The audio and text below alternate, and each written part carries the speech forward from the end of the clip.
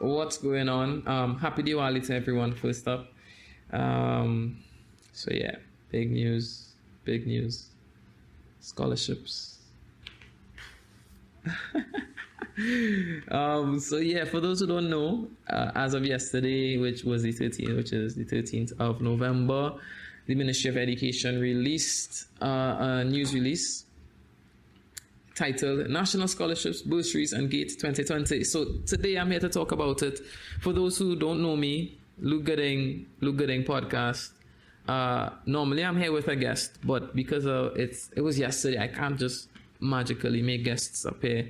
So I decided I'll do this solo and see how it goes. If y'all like this more, y'all let me know. It's easier for me, but I personally like having guests on. So feedback is needed, is wanted. So I'm just going to go through. It's going to be different again. As I said, we're going to go through the press briefing paragraph by paragraph. Today I'm only talking about the scholarships and bursaries, whatever that is. I'm not going to comment on GATE too much, mostly because I haven't given much thought to my postgrad education as yet. This is my first semester at the University of Pennsylvania. I'm doing my undergrad there. So I haven't given much thought to, and that's the tertiary level that's been most affected by GATE. So I'm not commenting on that. I say let's dive right into it, and then after it, I'll give some of my thoughts and some clarifications that I think I need, everyone needs. So yeah. All right, guys. Whoops. So as you're gonna see in the rest of the video, I didn't really summarize. I kind of went through step by step and analyzed as I went. So I felt as though I should insert in here a sort of summary clip of what this entire change is. So first up, obviously scholarships and GATE are getting cutbacks. People will argue GATE is getting more of an extreme cutback, especially at the postgrad level where aid is no longer existent. But with regards to the scholarship and the bursary system, which I will be looking at today, they cut back scholarships from 400, where it has been for the last 4 or 5 years, to now 100. And they're now split 50-50 between open and additional. So 50 open, 50 additional. And before, how it used to be structured, natural sciences would usually get more scholarships than the others because more people were involved or chose those subjects. However, now they've said you have 10 scholarship groupings. Each of them are getting 10 scholarships, 5 open, 5 additional each. So that's going to be a major shift for a lot of people to sort of rethink which grouping they want to go into. Other things, now there are these bursaries. So as I said, scholarships got cut back. But sort of to make up for that, we have 500 bursaries. And a bursary essentially is an additional scholarship. GATE will be funding tuition this time though. Anything else major? Yes, there's an application process. An application process to get a bursary. And the application process will be looking at 5 different metrics. First off, if your course is a priority area of development or is in a priority area of development, consideration will be taken to your extracurricular activities, your contribution to community and country. This is something I've spoken a lot on, and I found the scholarship system focuses solely on academic performance at CAPE level. What is that? Is that even fair? And that word fair, that sort of idea of equity seems to be a driving factor for a lot of this. You also need to write a purpose statement. Obviously academic performance will be taken into consideration, but the academic performance has equal weight as your need. So there's going to be a means test, and this means test determines how, your financial standing, and that will be taken into consideration when looking to give a bursary. So it seems that equity is a driving factor, as I said, and just cost-wise, or what the benefit of a bursary is, it seems to be equivalent to an additional scholarship. So yes, back to the analysis. Let's get into it. So, investment in education has been a hallmark of governance in Trinidad and Tobago, as is reflected in budgetary allocations over the years since independence. So for those who don't know, if my foreign pen audience may be tuning in, Trinidad and Tobago has free education, primary and secondary level, and we have it as a right. So, and then what the next paragraph goes on to say is that since 1963, we have been funding post-secondary training, which is tertiary level. Now, the number of island scholarships offered over the years increased from 5 to 10 in the 1960s and 70s to 20 in the 1980s. And by the year 2008, that number progressed to 261, reaching a maximum of 447 in 2014, then settling at 400 annually from 2016 to 2019. So yeah, we've just been going up and up. Finally hit sort of like a plateau. And yeah, I don't think it's sustainable, and clearly the Ministry of Education doesn't think it's sustainable. For those who don't know, I did like 2 podcasts on the education system, one on the testing, SEA, CSEC Cape, and one looking at scholarships in general.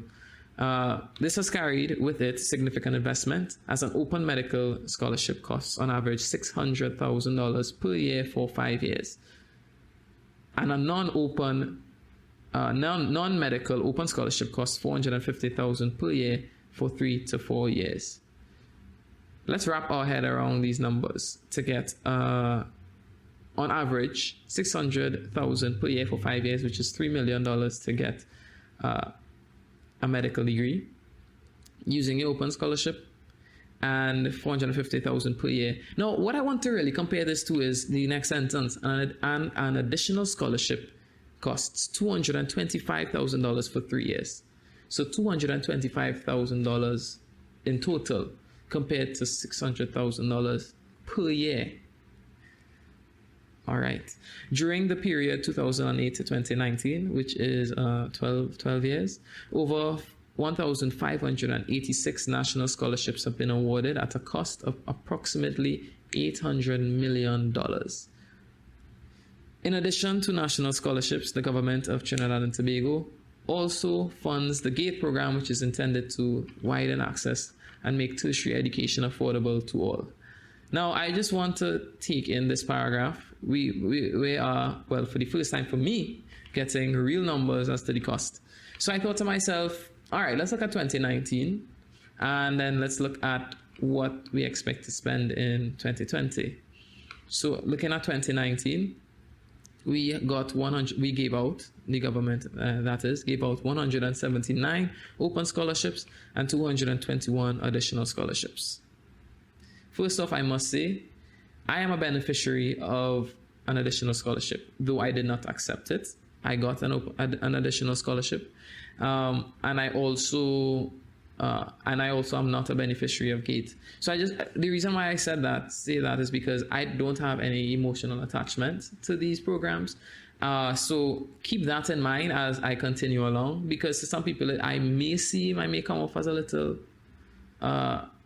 let's say, not too concerned. But I do have friends who benefit from GATE, who benefit from scholarships. So this is an interesting development for me to look at. Now, comparing those numbers, as I said, 179 open to 221 additional scholarships, I did some quick maths, right? So there are a few assumptions I put that must be remembered when I give you these figures. I don't know how many people got medical scholarships. I don't know how many people got normal scholarships, all right? So when I calculated these numbers, first of all, I assumed everybody accepted their scholarship, which doesn't happen. And I also didn't use a medical degree. So what I used for an open scholarship is the $450,000 each year for 4 years, which is approximately $1.8 million per student. And then I used the $225,000 over the 3 years per student who got an additional scholarship. So let's use 2019. The estimate cost is $322.2 million for the opens and $49.725 million for additional scholarships, which is $371.925 million just for 2019, which makes that $800 million in the last 12 years look a little off. but maybe they aren't, let's say, maybe they haven't taken into consideration that they haven't finished paying. Because if you got a scholarship in 2019, you've only done what? 1.5 semesters. And maybe you haven't even started school. So if I had gotten a scholarship, this would have been my first semester because I took a gap year. Maybe that's what the $800 million is about, but we don't have that much context for it. Now, let's continue and let's see what the new proposal is, and let's compare some figures. All right, so the Ministry of Education goes on to say our government is committed, even in a time of great financial difficulty, as 2020 has proven to be, to ensuring that our nationals are assisted in undergraduate training through these two initiatives, as we continue to invest in the development of our greatest resource, our people. However, as has been elucidated time and time again by the Ministry of Finance, we are in challenging times. Yes, challenging times, COVID and whatnot. All right, okay, guys. Sorry, I had to step out to move the car. So, as we were saying, at this time, the Ministry of Finance needs to start to make changes. And the Prime Minister has spoken of the requirement to make adjustments to each sector of society. So the education sector is no different, although some would argue that that is the one that should be, I guess, preserved or maintained. Cabinet has taken a decision to make crucial adjustments to the GATE and scholarship programs, which will allow for greater equity in distribution of precious resources, which will focus the assistance where it is most required. So this adjustment is more an equity issue than anything else, which I think is an interesting take. So this is the big thing. Accordingly, with immediate effect, no more than 100 national scholarships will be awarded annually. Just looking at that, I think people started to freak out, because the following sentence, or the following phrase, and 500 national bursaries will be made available to students who are citizens of Trinidad and Tobago. Now, people may not know what a bursary is. I did not know what a bursary was the first time I read this. I was very confused. So that's what we're going to dive into, what these scholarships are, what these bursaries are. To do this, I want to just do a little comparison at the surface of it. All right. So first up, we have the scholarships. What are the major adjustments to the scholarships? We've cut them. So as I said, in 2019, 179 open, 221 additional. Not everyone accepted it. But we know, as people who've been aspiring for scholarships, that usually the natural sciences get more scholarships. Why? There are more people doing natural sciences. And there has never been this sort of distribution of scholarships before. So no more than 10, 5 open and 5 additional, will be awarded to each of the 10 cognate groupings based on the performance of the top 10 students in the group. So, big things. All of you guys who, like me, went down the natural sciences route, and for me personally, it was because I thought that was what smart kids do. But look at me now. I'm at UPenn studying not science, which is interesting. I'll probably be going something into politics or economics, but I'm undecided at the moment.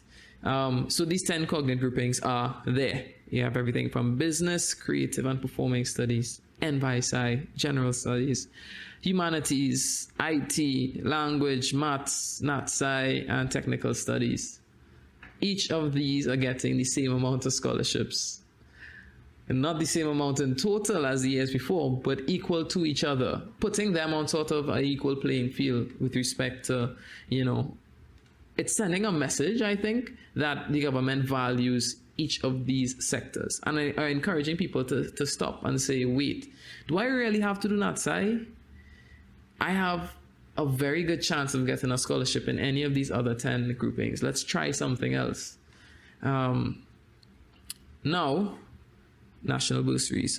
Just to say, so 5 open, 5 additional per subject grouping, and there are 10 subject groupings. So overall, 50 open, 50 additionals. All right, fractions of what we've had in the years before. But now we have these bursaries.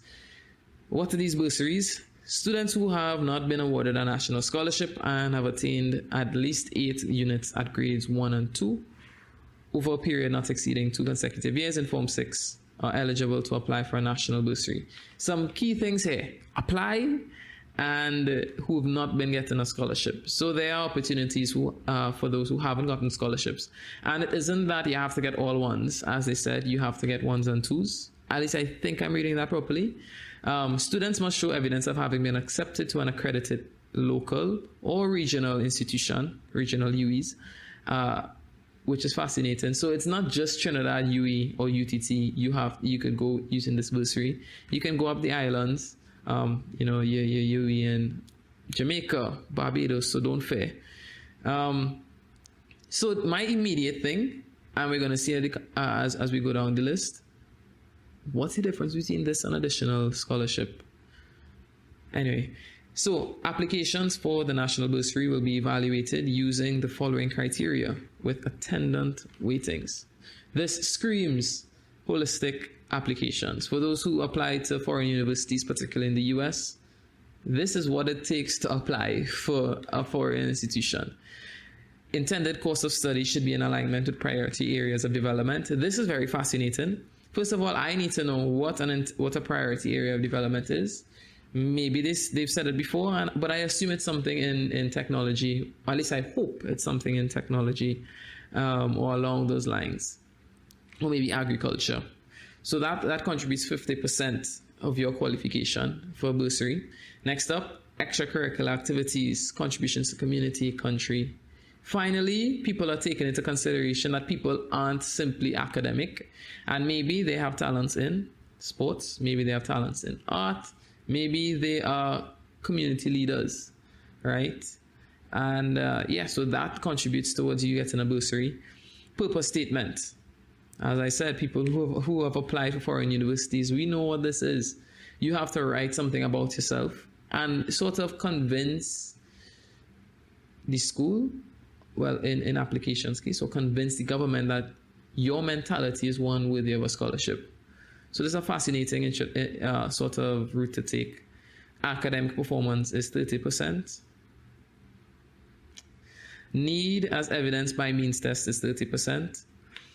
That, I think, is where the most sort of contention will be, because by putting academic and need on equal percentages, the government is saying to get a bursary, you need to do well, but also you need to sort of not be in the highest economic class, because I guess the more money you need, the more likely you are to qualify for a bursary, at least in the 30% that they allocate today.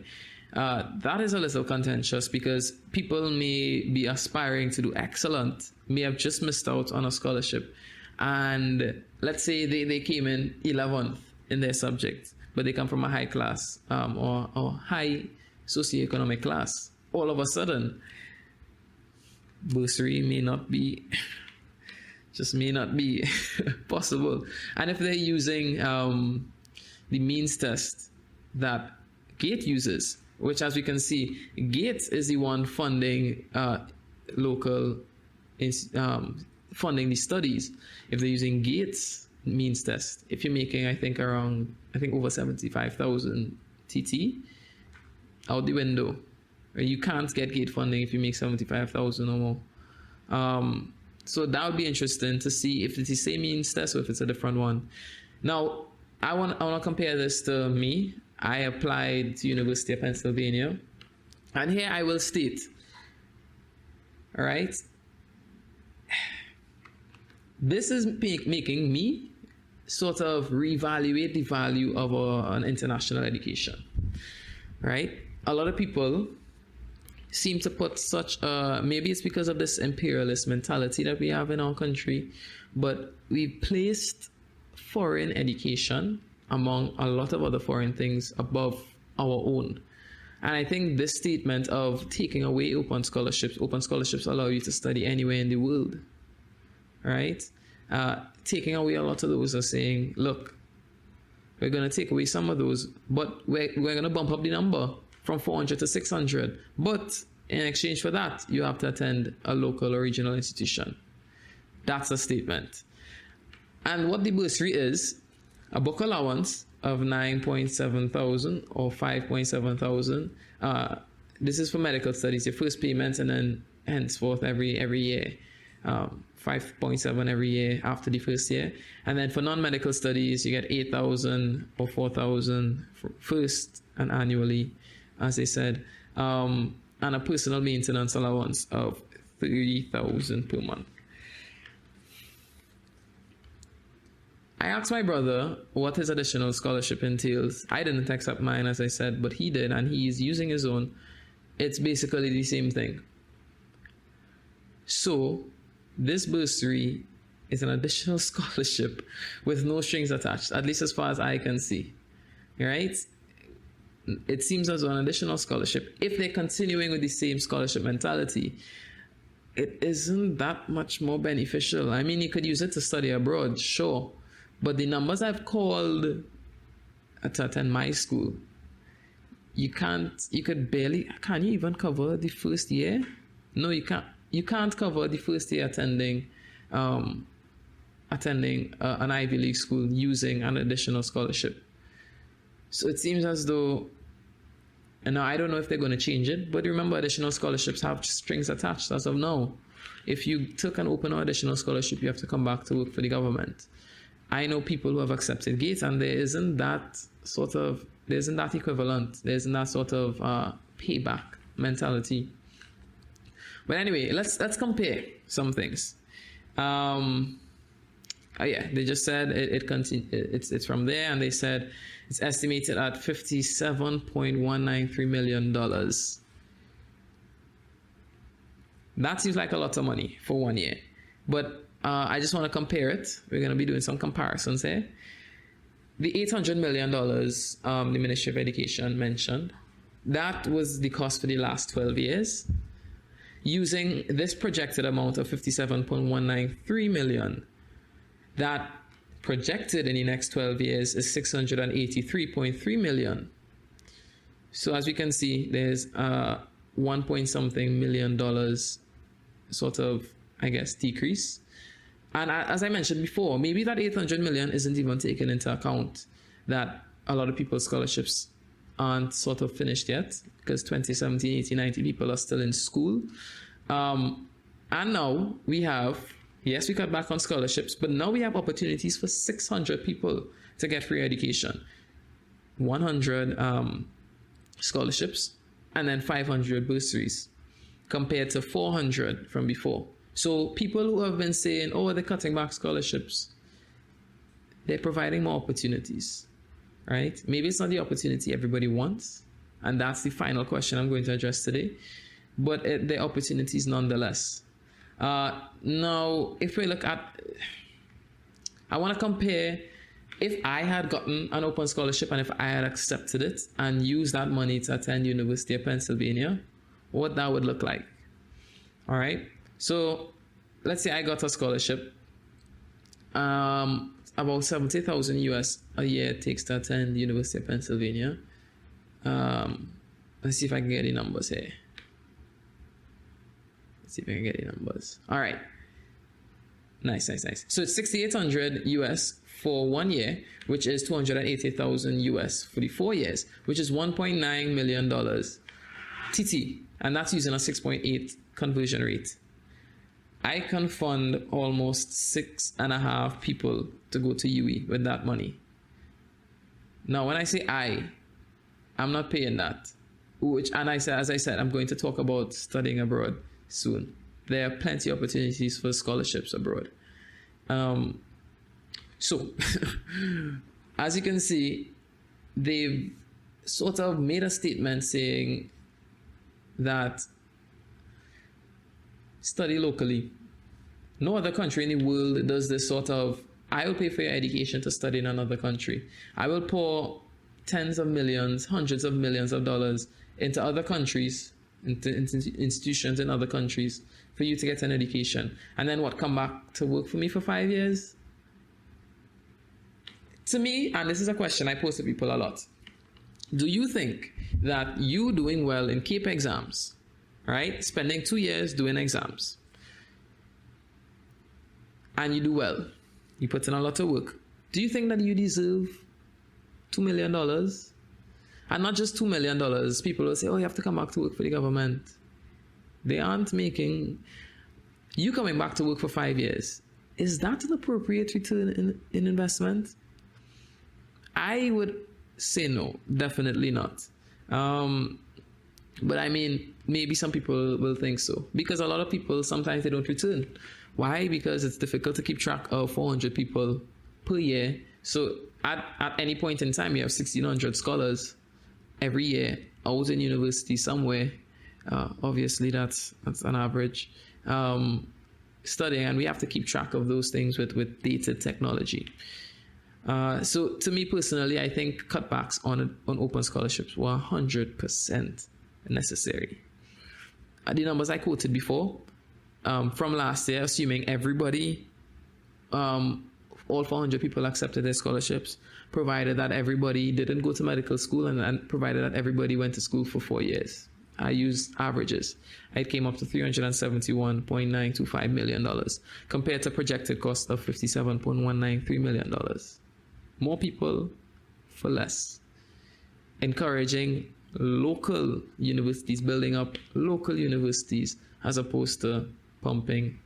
And not just pumping money, way more money than you pump into local institutions. Anyway.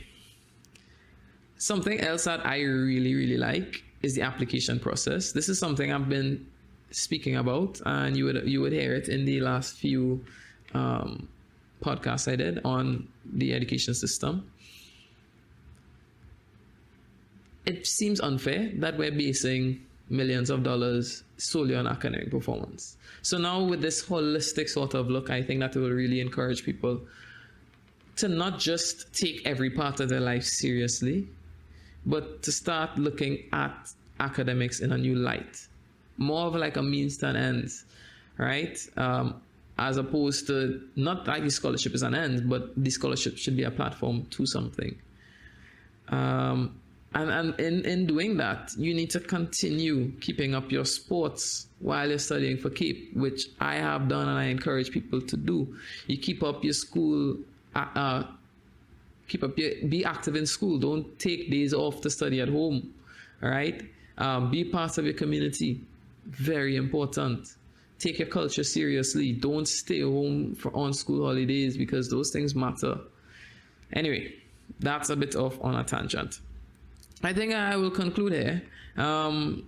Big, monstrous moves by the Ministry of Education.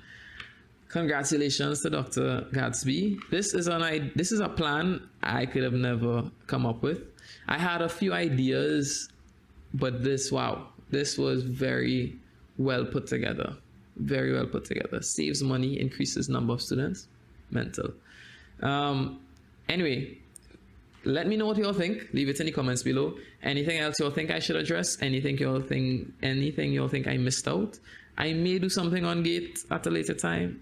Probably not, because I think that's something I haven't thought about enough.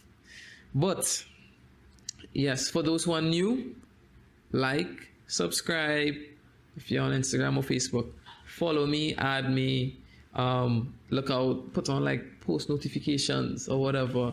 And yeah, I hope you all enjoyed this. As I said, comment below. What are your thoughts? What's going through your minds? What do you all think of needs and academic performance being an equal determinant for who gets a bursary? So yeah, have a good one, guys. I've been Luke Gooding on the Luke Gooding podcast.